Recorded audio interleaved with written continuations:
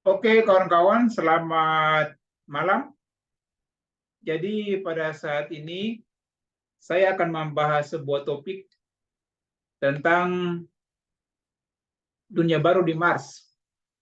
Jadi, bagaimana kita bisa melihat Mars itu ke depan sebagai sebuah tempat hunian bagi umat manusia. Nah, kenapa penduduk bumi itu sangat tertarik dengan planet Mars? Yang kalau kita lihat dari luar itu warnanya merah. Sebenarnya keterkaitan manusia akan planet lain sangat wajar. Apalagi jika kita melihat kondisi bumi yang sekarang menjadi tempat tinggal kita ini sudah sudah sangat padat dengan penduduknya yang tersebar di berbagai benua yang ada. Jumlah total penduduk bumi saat ini juga sudah hampir mencapai 7 miliar. Dan angka ini juga akan terus bertambah dengan semakin berkembangnya teknologi.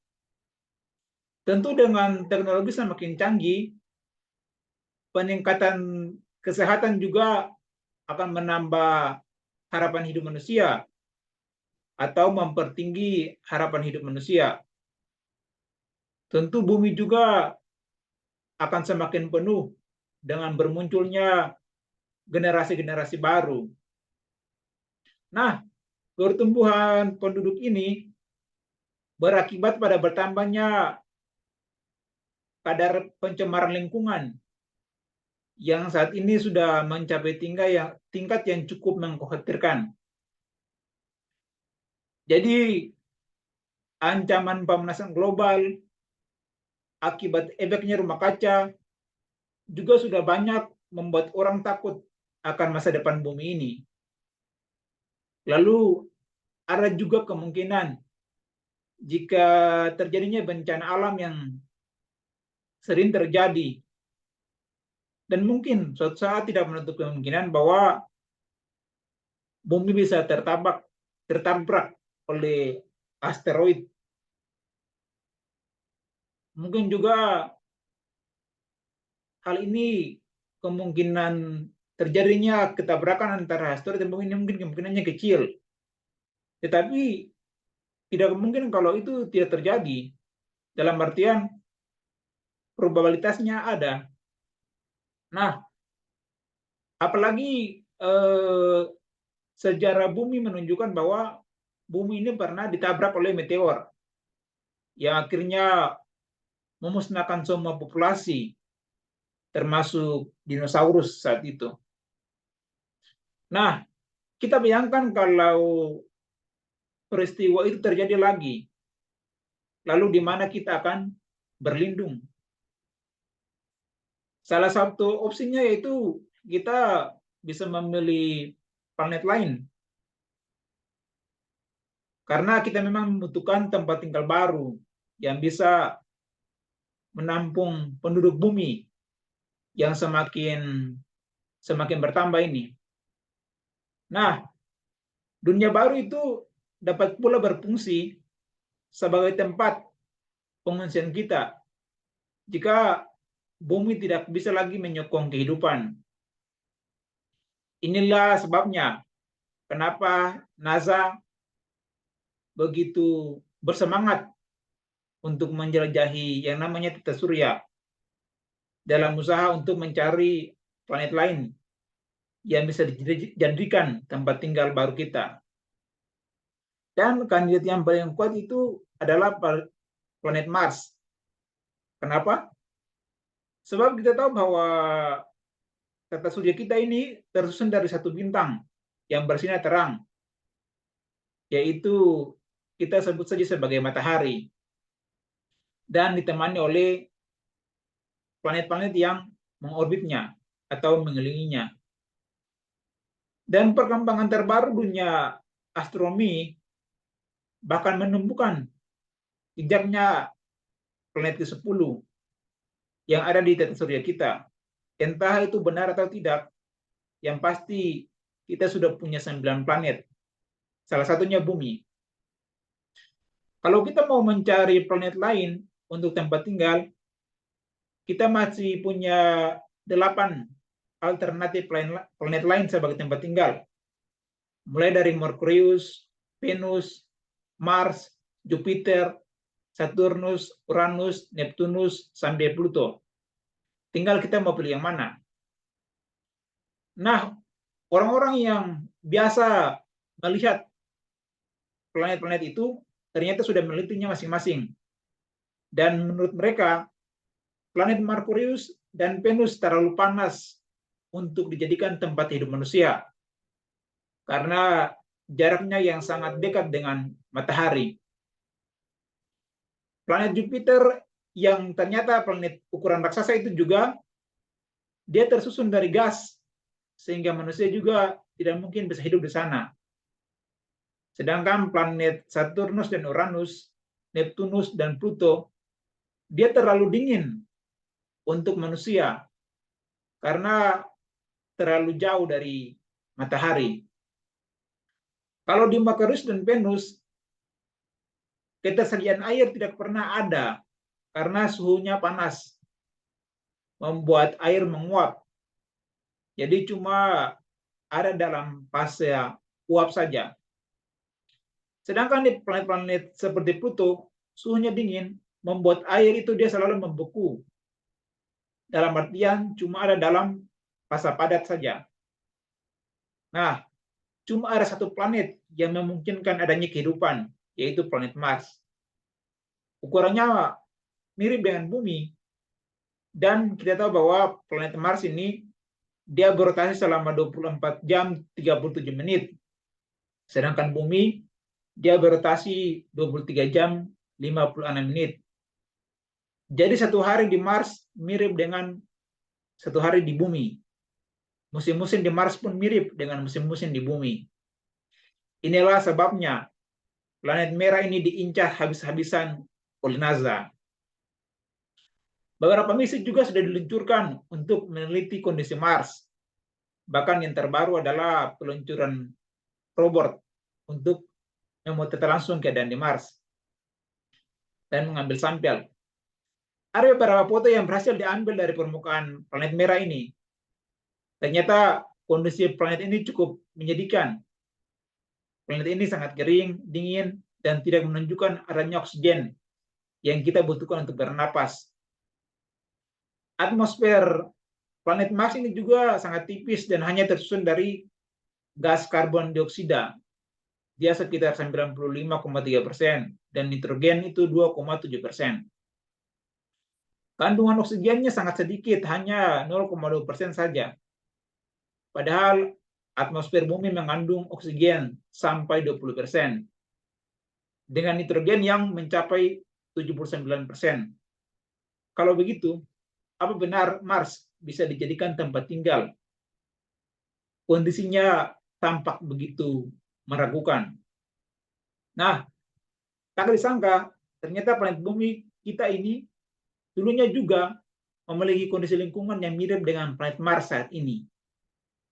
Jadi, bumi juga tidak memiliki kandungan oksigen dalam atmosfernya pada saat itu. Baru belakangan, oksigen mulai tersedia berkat bantuan bakteri-bakteri fotosintesis, sehingga binatang mulai bermunculan dan bumi kita mulai diisi oleh kehidupan. Semua elemen yang kita butuhkan untuk hidup tersedia di bumi dan Mars. Hasil penelitian di Mars menunjukkan bahwa di sana terdapat kandungan air dalam bentuk es di kedua kutub planet. Atmosfernya jelas mengandung nitrogen serta unsur karbon dan oksigen, walaupun masih dalam bentuk karbon dioksida. Jadi semua elemen penting yang dibutuhkan untuk menyokong kehidupan sudah tersedia di Mars. Kita hanya perlu untuk mengolah semua yang ada di Mars serta mempersiapkan planet ini supaya menjadi subur dan menyenangkan seperti bumi. Sekarang pertanyaannya, bagaimana cara merombak kondisi Mars yang kering, dingin, dan tidak ramah itu menjadi planet yang hangat nyaman, dan menyenangkan seperti bumi. Hal pertama yang harus kita lakukan adalah memanaskan planet merah ini supaya menjadi cukup hangat bagi makhluk hidup. Sekarang pertanyaannya, bagaimana cara kita memanaskan sebuah planet yang besar? Kita bisa memanfaatkan panas dari matahari. Tetapi karena jarak planet ini sedikit lebih jauh dibanding jarak bumi ke matahari, kita butuh alat yang bisa memfokuskan panas matahari ke Mars. Sehingga total panas yang diterima planet ini lebih besar dari panas normal yang diterimanya sekarang. Untuk itu kita bisa memanfaatkan teknologi yang saat ini dikembangkan NASA, yaitu solar sail. Solar sail ini adalah cermin raksasa yang melayang-layang di ruang angkasa.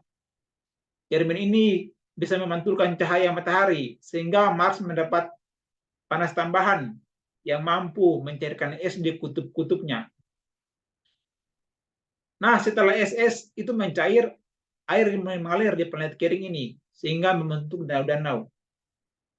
Kandungan karbon dioksida yang terperangkap dalam es pun bisa terlepas ke atmosfer. Naiknya temperatur planet nantinya akan membantu terlepasnya gas CFC atau klorofluorokarbon yang akan dimanfaatkan untuk menciptakan efek rumah kaca.